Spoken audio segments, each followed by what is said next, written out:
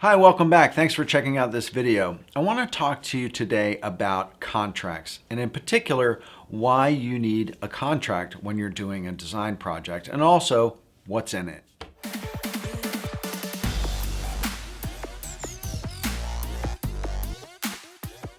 Now, first of all, I have to caveat this entire video by saying that I am not a lawyer and I am not giving you legal advice. I'm giving you my perspective on the types of contracts I've used in my career and the types of contracts I use now with my clients, the types of things that are in those contracts and what they talk about and what they define.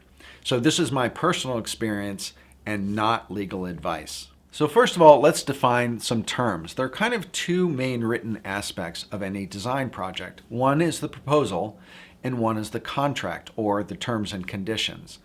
A proposal outlines things in the project itself. So the project goals, the exact deliverables of the project, the timeline, the calendar, the phases of work, and the fees.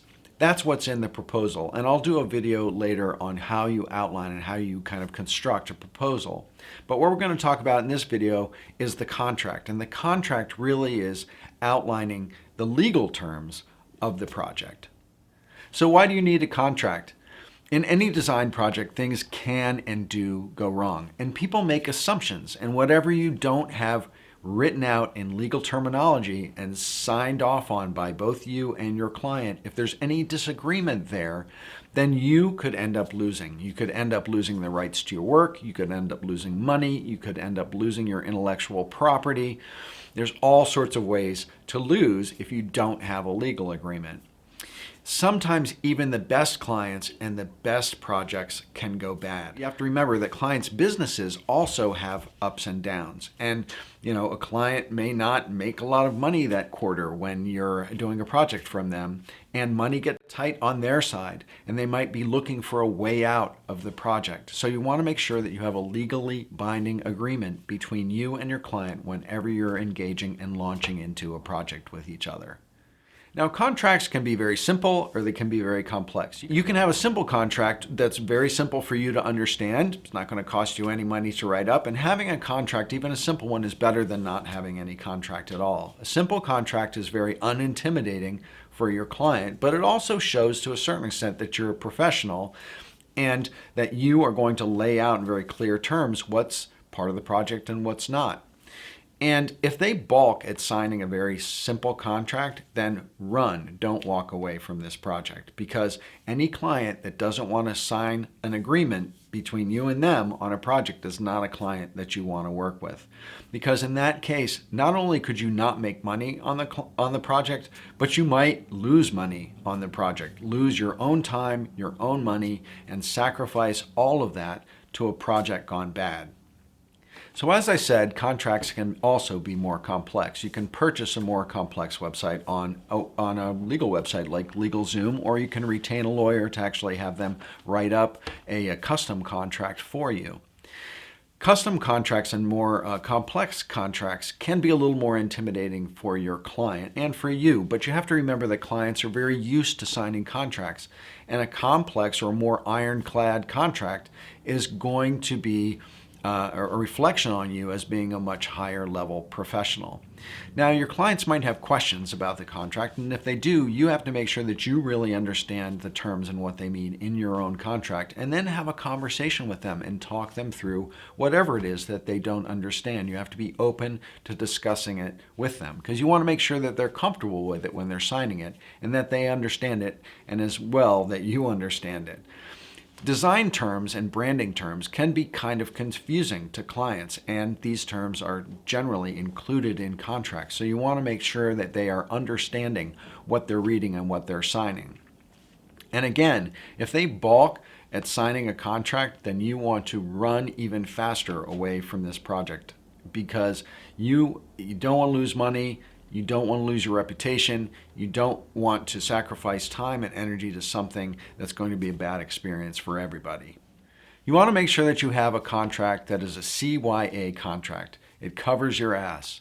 You want to make sure that it covers all the bases within reason of what could go wrong with a project. So you are covered and your client is covered, and everything is out in the open, and any contingency is discussed and in writing. So what do you need in a contract? Now, a contract is a legal agreement between parties. So I'm going to talk to you about 12 kind of major buckets of things that are in the contract I use for my agency. And I know, like I said, I'm not a lawyer, so there may be other major buckets or things that you need to address in a contract for your business that might be different than mine. But I'm going to talk about kind of 12 key aspects that you need to keep in mind or take into consideration when you're having a contract written up. Number one is who is on the contract. So who are the legally responsible parties? Who's the agency party or the freelancer party, and who's the client party? These have to be defined and laid out in the contract itself, and the people signing it have to be representative of those legal entities. Now, number two is the payment terms. So when are you going to get paid? How much? What is the billing cadence? Is there going to be a deposit? Is that a 50% deposit with 50% paid on delivery? What are going to be the payment terms? Is it a 10% deposit and 50% halfway through? And whatever that payment schedule is going to be, you want to make sure that you're laying out in the contract. Number three is when. So when does the work start and when does it end? Is there a midpoint? How is that calendar determined? And when does the work begin? And when is the work considered finished? Number four is materials ownership. So what are they actually buying when they pay the fee of this project? Some people erroneously may think that if you do 10 concepts of a logo and they choose one of them, that they own, because they paid you, all of those concepts as well as the logo that's the final logo. You have to outline these sorts of things in a contract. So what's included? Are concepts included? Is only the final version included? What's included in the fee for the project? Number five is copyright, or the intellectual property of a project. Is the copyright for the design work or the creative work transferred when the project fee is finally paid? Does the artist or the designer retain the copyright or the intellectual property rights? When is it transferred? What is transferred? And who owns it? All of those things are laid out in a contract. Number six is cancellation.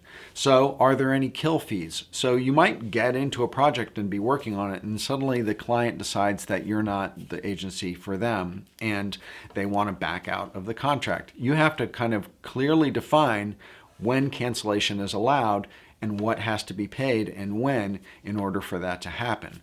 Even projects that go bad, you have to outline what that looks like and what the legal requirements of that project getting shut down early are in a contract. Number seven is responsibilities. So what are the responsibilities around the deliverable that you're giving them? For instance, say you were delivering a package design and there's a typo on the package design. Is the proofreading of that package design the responsibility of you, the design agency, or of the client? Or is it the responsibility of the company that does the final production? If you have a typo on a package design that makes it through to production and it's on the shelf and suddenly decide there was a typo, whose fault is that?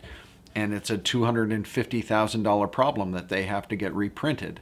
Do you want that to be on your plate? I don't think so. So you want to make sure that the responsibilities of final production artwork are laid out very clearly in a contract.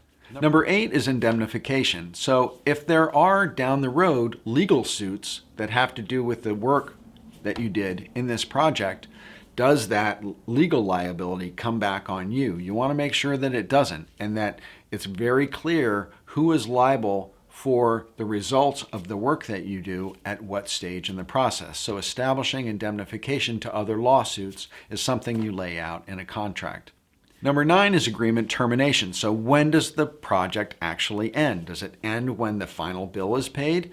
After the final bill is paid, if they need a change or an alteration, do they have to pay more for that? Or is that included in the contract or the project? Those sorts of things need to be laid out. Number 10 is project display. So after you've done a project, you've done a logo project for a company, when do you have, or do you have, the right to ever display that on your website? You want to make sure that those sorts of things are laid out in your contract, because you want to be able to show the work that you did in order to get more clients and get more work. But there are industries where if you're doing work for that particular client, they won't want you to ever display that work in a public way. So you want to make sure that that's laid out in your contract as well. Number 11 is storage. So what happens to the files or the deliverable after the project is done? Of course, you're going to deliver the digital files, whatever they are, photographs, videos, designs, to your client. But then how long do you have to maintain them before they're no longer your responsibility?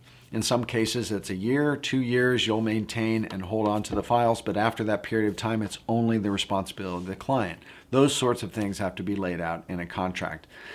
And number 12, finally, is additional work. So when does the contract end? If there are final tweaks that happen or a different version that has to be created or a different edit that has to be created, is that included in the project or is that contracted as separate work with a separate fee? Again, those things want to be stipulated within your contract. So that's it. I hope you liked this video on design project contracts. What's in them, why you need them, simple ones, complex ones. I'm not a lawyer. If you have a question, hit me up in the comments. I'll do my best to answer, but I hope you liked the video. If you did, please hit subscribe below so you can see my videos when they come out, and make sure to hit that notifications bell so you can get notified when I post something new or when I go live. And visit me at philipvandusen.com. If you need help with your brand strategy or your brand design or your professional creative career, please reach out to me and let's see what we can do to take you to the next level. And with that, thanks again for watching, and bye for now.